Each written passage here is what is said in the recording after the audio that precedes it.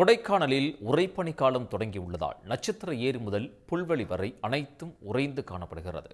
கூடுதல் விவரங்களை வழங்குவதற்காக செய்தியாளர் கார்த்திக் இணைகிறார். கார்த்திக், விவரங்கள். நிச்சயமாக. அதாவது கொடைக்கானலை பொறுத்தவரையில் கொடைக்கானலில் குறிப்பாக இந்த 3 நாட்களாக வறண்ட வானிலை நிலவி வருகிறது. குறிப்பாக கொடைக்கானல் நகர்பகுதி முழுவதுமாகவே பகல் நேரங்களில் கடுமையான வெயிலும் மாலை நேரத்தில் கடும் குளிர் நிலவி வந்த நிலையில் இன்று முதல் கொடைக்கானலில் இந்த உறைபனி காலம் என்பது துவங்கி இருக்கிறது.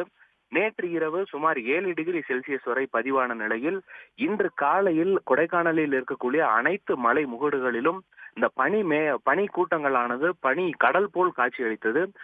இது மட்டுமல்லாது கொடைக்கானல் நட்சத்திர ஏரி மற்றும் கொடைக்கானல் நட்சத்திர ஏரியை சுற்றி இருக்கக்கூடிய கீழ்பூமி, ஜிம்கானா உள்ளிட்ட பகுதிகளில் பசுமை போர்த்திய புல்வெளிகளில் ஒரு வெண்பனி போர்வை போர்த்தது போன்று இன்று காட்சியளித்தது.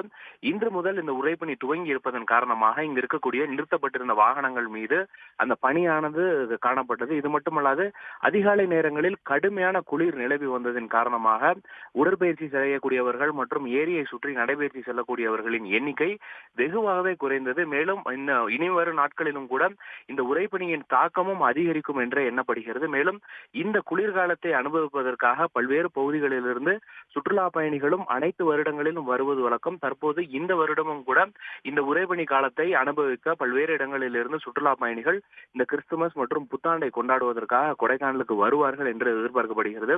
மேலும் இந்த தற்போது நிலவி இருக்கக்கூடிய இந்த காலநிலை மிகவும் ஒரு கவர்ச்சிகரமாகவும் கொடைக்கானலை பொறுத்தவரையில் மிகவும் ரம்மியமான காலமாக இருப்பது என்பது குறிப்பிடத்தக்கது. கார்த்திக், தகவல்களுக்கு நன்றி. உடனுக்குடன் செய்திகளை தெரிந்து கொள்ள சன் நியூஸ் பெல் ஐகானை கிளிக் பண்ணுங்க.